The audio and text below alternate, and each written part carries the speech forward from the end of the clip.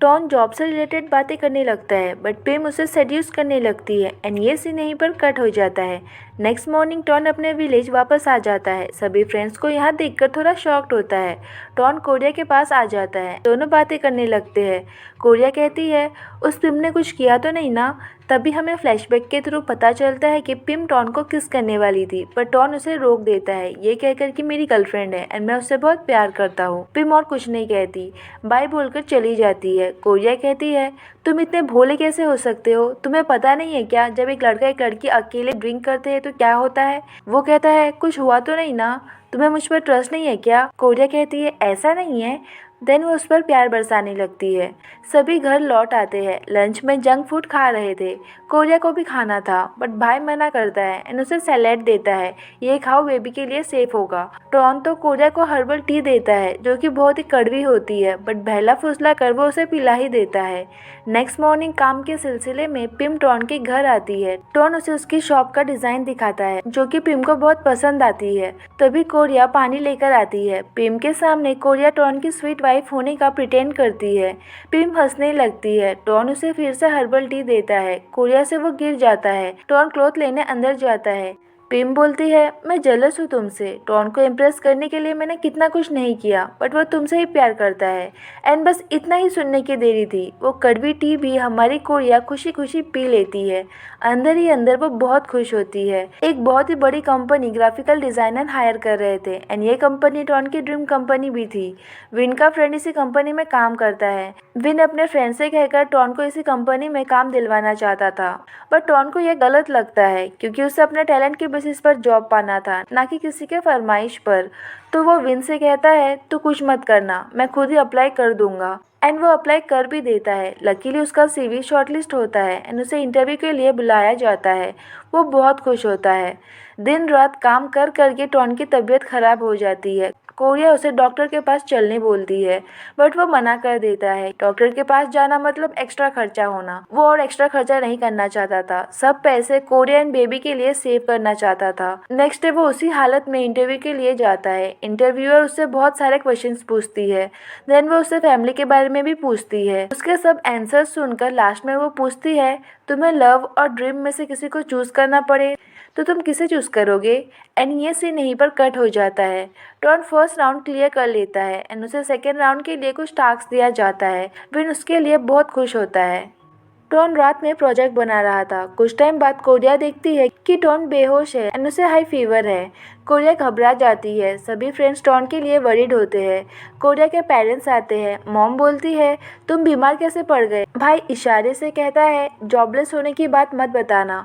Korea तो जैसे तैसे बात को संभाल लेती है बट हमारे इनोसेंट टॉन को झूठ बोलना नहीं आता। पेरेंट्स को पता चल जाता है कि टॉन की ये हालत ओवरवर्क की वजह से हुआ है। उन्हें यह भी पता चल जाता है कि टॉन के पास अभी परमानेंट जॉब नहीं है। जॉबलेस होने की बात सुनकर पहले तो डैड थोड़ा गुस्सा होते हैं बट देन टॉन का कोरिया एंड बेबी के लिए लव देखकर वो भी समझ जाते हैं कि उनकी बेटी सही हाथों में है। पहली बार डैड को अपने सन इन लॉ पर प्राउड फील होता है। जाते जाते वो टॉन के मेडिकल बिल्स भी पे कर देते हैं जिससे क्लियर हो जाता है कि मॉम डैड ने अब कोरिया को पूरी तरह से माफ़ कर दिया है एंड टॉन को भी अपना लिया है। इंटरव्यूअर ने टॉन को जो भी टास्क दिया था वो बहुत ही अच्छे से कंप्लीट करता है एंड नेक्स्ट डे इंटरव्यू के लिए निकलता है। कोरिया उसे मोटिवेट करती है। टॉन इंटरव्यू प्लेस पर पहुंच जाता है। कुछ देर बाद ही हमारी कोरिया का लेबर पेन स्टार्ट हो जाता है। वो टॉन को कॉल करके सब बताती है।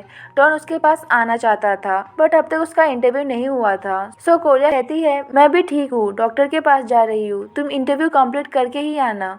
सभी कैंडिडेट्स के बाद फाइनली टॉन को इंटरव्यू के लिए अंदर बुलाया जाता है। इंटरव्यूअर उससे क्वेश्चंस पूछे जा रहे थे बट वो बस कोरिया के बारे में ही सोचा जा रहा था। देन हमें फ्लैशबैक में दिखाया जाता है कि जब इंटरव्यूअर ने टॉन से पूछा था तुम ड्रीम और लव दोनों में से किसे चूज करोगे, हमारे टॉन ने कहा था लव एंड आज सच में उसने लव को ही चूज किया। वो इंटरव्यू को बीच में छोड़कर कोरिया के पास जाने लगता है। ट्रैफिक बहुत थी सो अपनी कार वही छोड़कर भाग भाग के कोरिया के पास पहुंचता है एंड देखता है कि कोरिया तो मेकअप करने में बिजी है। कोरिया बोलती है तुम इतने जल्दी क्यों आ गए। टॉन कहता है तुम्हें तो लेबर पेन हो रहा था ना। कोरिया बोलती है हाँ हो रहा था बट डॉक्टर ने इंजेक्शन दे दिया है तो अब मैं ठीक हूँ। टॉन पूछता है तुम अभी मेकअप क्यों कर रही हो। कोरिया कहती है बेबी के साथ मेरी फोटो अच्छी आनी चाहिए ना। कोरिया को पता चल जाता है कि वो इंटरव्यू बीच में छोड़कर ही आ गया है। वो गुस्सा करती है, दोनों के बीच आर्ग्यूमेंट होने लगती है। देन कोरिया का लेबर पेन स्टार्ट हो जाता है। बेबी के बर्थ का टाइम हो गया था। टॉन कोरिया के साथ ही रहता है। टॉन एंड कोरिया को क्यूट सा बेबी बॉय होता है। ग्रैंड पेरेंट्स में बेबी के नाम को लेकर आर्ग्यूमेंट होने लगती है। टॉन की मॉम बेबी का नाम सोमक्यात रखना चाहती थी एंड कोरिया के मॉम डैड आर रखना चाहते थे। डैड को सोमक्यात नाम ओल्ड फैशन लगता है एंड टॉन की मॉम को आर अजीब लगता है। ठीक से बोला भी नहीं जा रहा था।